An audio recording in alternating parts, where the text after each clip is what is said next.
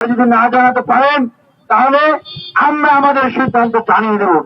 যদি interim government এই আওয়ামী লীগকে ফিরিয়ে আনার উদ্যোগ গ্রহণ করে বিপ্লবী ছাত্র জনতার যে থ্রেট বলবো, সরাসরি বিপ্লবী ছাত্র জনতার থ্রেট, তাদের উদ্যোগে স্পষ্ট আমরাও রাজপথ থেকে বিপ্লবী সরকার গঠন করার উদ্যোগ গ্রহণ করব।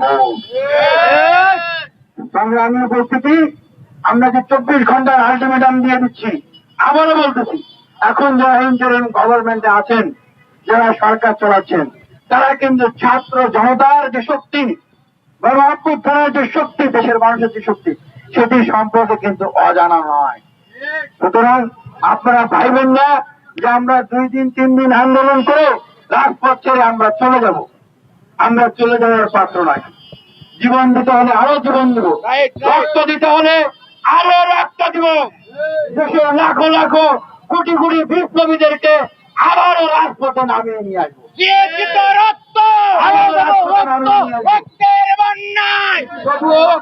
এই আওয়ামী লীগ নিষিদ্ধ হওয়ার আগ পর্যন্ত আমরা রাজপথ ছাড়বো না।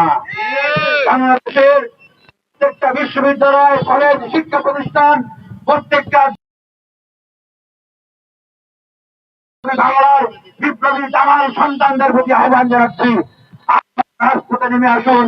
আওয়ামী লীগের রাজনীতি নিষিদ্ধের দাবিতে,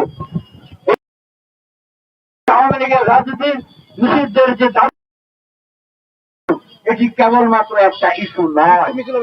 এটা কেবলমাত্র একটা ইস্যু নয়, এটা শহীদদের আকাঙ্ক্ষা, রাষ্ট্র পুনর্গঠন, সকল কিছুর সাথে এটা জড়িত। আমরা স্পষ্টভাবে বলতে চাই, বাংলাদেশে এখন রাজনৈতিক কূপ করার জন্য একটি মহল পায়তারা করছে। তাদের কথায় আপনারা অন্ধকারে ঢিল মারবেন না। সংগ্রামী উপস্থিতি, আমরা এখন একটা বিক্ষোভ মিছিল করবো এই গাজী ভাস্কর্য থেকে। শাহবাগে আপনাদের আমাদের সাথে থাকার জন্য অনুরোধ করছি।